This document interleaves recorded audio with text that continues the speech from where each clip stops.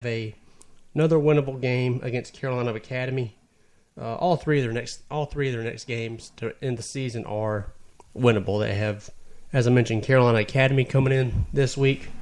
They go to Liberty next week, and they finish out the season against Landrum. Yeah, they ought to have a shot to finish out on a winning streak there. So at the very least, I think Pendleton is looking at a 2 seed and at least hosting the first round of the playoffs. So I know Paul wanted a region title this year, but more importantly, you get to host at least one playoff game and give yourself a chance to get the second round. Because sure, I'm sure that he'll take a state title over a region title any day of the week. But I would think so. But yeah, a good win for Pendleton. Bad loss for Powdersville, especially after coming off a 42-7 loss the week before against Landrum. They're seems like they're win loss. So this week they play Chesney. If the trend holds true, they'll beat Chesney this week, but that'll be a tall order for them. Chesney is looking like they're starting to find their groove a little bit. But again, I'll say it's a winnable game for Powdersville. Their next game against Carolina is winnable, and the game against Blacksburg is winnable. So still a lot to play for Powdersville and Robert Mustar's crew.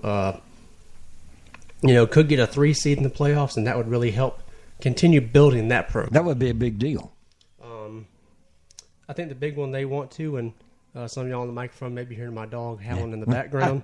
There's a police siren going on. Well, yeah, they often the dogs. Later you'll hear a siren, police or ambulances. Last night or night before, there were a lot of sirens and the dogs around here. So for all the people listening, I apologize for that. Don't apologize. I guess finally in Skyline to a Liberty. Big news, Liberty! Big news for the Red Devils. Got their first win in the region last week against Blacksburg, beating them 21-14. I know I'm supposed to stay neutral, but you got to feel good for those guys finally getting a win. Sure. After coming so close they did the last few weeks.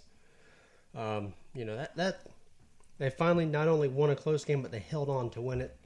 As we said, the last 2 weeks before that, they lost 19-14 and 35-21. You just have to think, that has got to build some confidence for them moving forward this week against. Sadly, they got Woodruff this week, so that'll change things. That's probably not the team you wanted to see after getting such big confidence building win. But after that, and then of course after that, they have Pendleton the next week. 2 very tough teams coming up for them after this coming week, but they do close the season with Carolina Academy.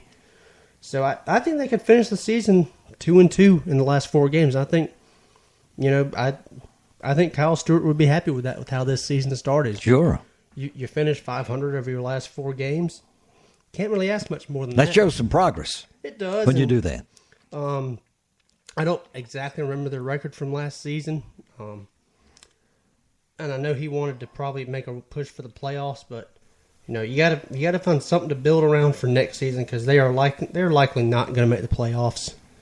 But you got to start building that confidence for next year, finding some guys, and just find something to build around that off-season program to get kids in there and get them energized to get better for next season. And a win last week probably helps with that. And if they can survive the next 2 weeks and then beat Carolina Academy to end the season, I think that'd be a good way to end it for them. And of course, finally for the area, Crescent finishes up their early murderers row of the schedule after playing 2 ranked teams in the state that are both in the top 5. Schedule makers have not liked Jeff Murdoch the last 2 years at all. No, they haven't. It's been, of course. Now they're in a tough league. Yes, they are since they moved. And I will tell you, he won't come out and say it, but I can tell he is ready to get the heck out of that region. Just because it is just so loaded with talent, and get to Western 3A next year and see how he does there, because that Batesburg, Leesville, and Strom Thurmond, those are just 2 monster programs down in 2A. And then you also add in Abbeville too, which they end the season with them, and even 96 is pretty good now. I remember a few years ago, 96 was kind of a doormat for Abbeville, and now seems like they've kind of risen up a little bit, and the weak team in that region is now Saluda. And just a few years ago, they were monsters down there. I don't know if coaching changes come along and make, sometime in high school especially, coaches move on for one reason or another. They either move to a different school, or coaches like to go into administration. That's a great thing for them to do. But the Tigers are going to come off a 42-27 loss to Strom Thurmond.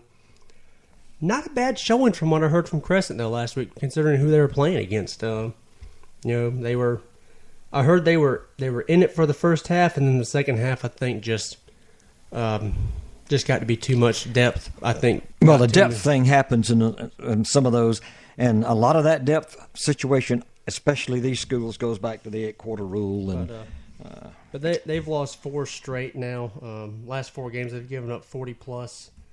That's going to have to change if they want to at least make a little bit of a salvage to this season and win their last 3, which tall orders, 96. They're going 296 this week. Yeah. I may be optimistic, but I think that's a winnable game. Oh, really? You think so? I think it is. 96 is coming in with a, like I said, they're 3-4 on the year, 1-1 overall in the region. Very winnable. 96 is not. I think they're kind of on the downturn of their slope right now, where they're going to start maybe regressing a little bit talent-wise. Yeah. If Crescent can play like they did the first half against Strom Thurmond for the entire game against 96, they'll give themselves a good shot to win that game. But again, it's keeping that intensity and that focus for an entire 4 quarters. Something we could say for some of our college teams around here in the Midlands, not mentioning any names. No names. But after that, they have another winnable game, I think, against Saluda. Saluda may be 5-2, but they're 0-2 in the region. Let everyone know, Saluda, don't be fooled by their overall record. They had a slightly lighter non-region slate that they could really get some confidence-building wins on. That's a game I think Crescent can win. And then, of course, they close the season with Abbeville. That's a game they're not going to win. Abbeville. I'm sorry. And I know Abbeville has lost 2 games this season. One was to Christchurch, and one, I believe, was to Strom Thurmond. So those. Christchurch. I thought they beat Christchurch. Abbeville beat Christchurch, but they have lost 2 games this year. Yeah. One was to Union County, which is a classification up, and then they lost. I believe they lost to Strom Thurmond. Strom. Mm-hmm. So, Abbeville is still. They're still Abbeville, but. And always have been. They have been, and they always will be. I think even if every other team in the state runs a spread, wide open, hurry up offense, you'll still see Abbeville running an old fashioned double wing offense. Mm-hmm. That's just what they do. Yeah. But again, Crescent 96 this week. I think they can. It's a winnable game for them if they play with the consistency and the focus they did the first half this past week against Strom Thurmond for an entire game. Okay. That's a wrap-up of what happened in our area, not just Anderson County, but some of the other schools that we talked about are in the upstate region. And so now we can move on to a quick run-through of the top 10 from 4A on down. All right. And keep in mind, a lot of these polls, they're not going to be entirely accurate because there were some teams that were playing on Tuesday night when this poll was made. Yeah, and a lot of people didn't get to play yet, and those things. Yeah. Take the next few polls, I guess, with a grain of salt until everyone gets caught up with their records. But we can start in single A just to go ahead and get them out of the way. McBee remains number 1. Bamberg Earhart at 2. Calhoun County at 3. Not sure if you're here, but there was a little bit of an upset last week in single A ball. Southside Christian beat Christchurch. What's the deal with Southside Christian? I don't know where they are or what. That is a Greenville school. Now, there's a Southside High School over there. That's not the same thing. They're the Tigers, Southside Tigers. No, that is the. They're in the same general area. Uh-huh. The Southside program you're referring to is the public school. And this is a Southside Christian is basically the private school for that area. And they whipped up on Christchurch, and that's 2 this year. They did. Those coaches may be on the hot seat over there. Yeah, you're a victim of your own success when you get 2 losses, and they probably want you done. Yeah. But again, so that loss dropped Christchurch to 7. Southside Christian has really taken a surge the last 2 weeks in the polls. They were virtually unranked until last week. They came in at number 10. This week they're at number 6. Allendale Fairfax at number 4. Historically, they're always in the top 10, it seems like, over there.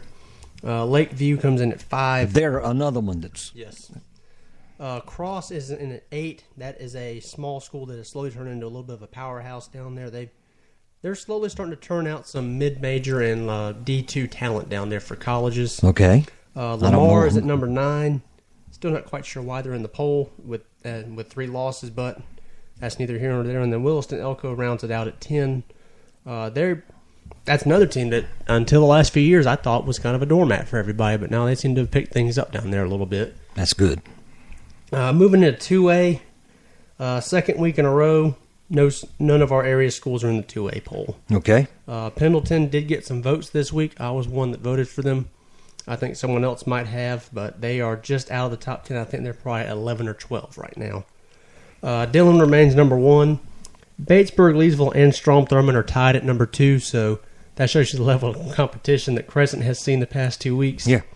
Abbeville comes in at 4, so that tells you all you need to know about Region 2, 2A, is that they have 3 teams in the top 5. Lake Marion, and I believe that is where highly regarded prospect Brian Edwards plays.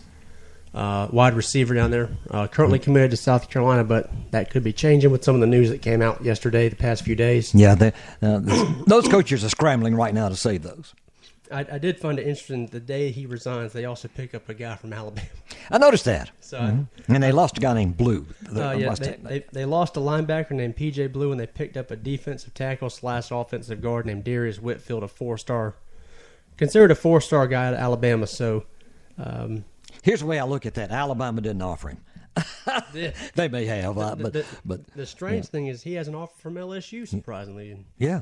Well. But you usually don't see a guy commit to a school the same day the head coach resigns. I thought that was a little odd, but right. That one of those weird things, I guess. But back to the poll, Fairfield Central. Always. I think I had a game against them in Seneca a few years ago when I was working at another publication.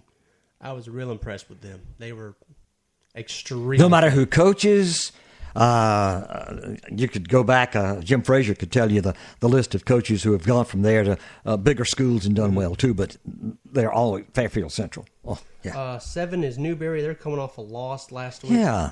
But still a dangerous team, I think. Woodruff comes in at 8. Timberland, which they're one of the teams that are still trying to catch up in their games. They're coming in at number 9. And Chesterfield holds on to that number 10 spot from last week. Okay. If they lose again, though, I don't expect them to stay at that number 10 spot. So, in 3A, we have 2 teams in the area. At least my paper's coverage area, and 1 team from the county.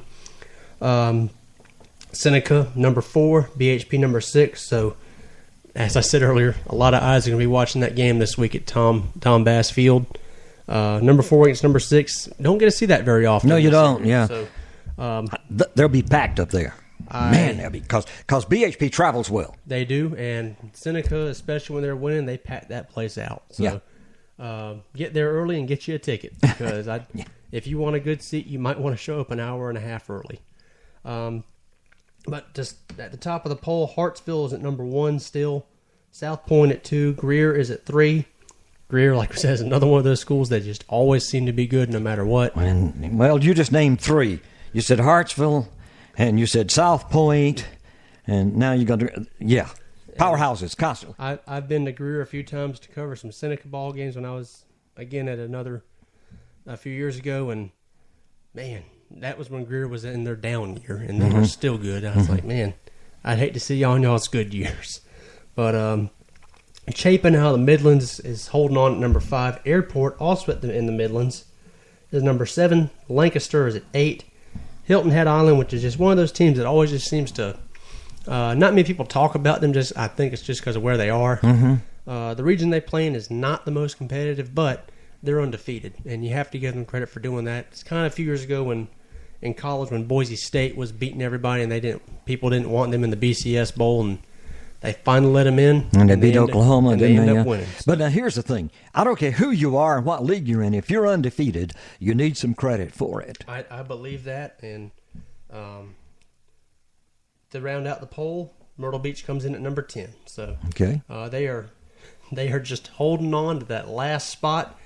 But if they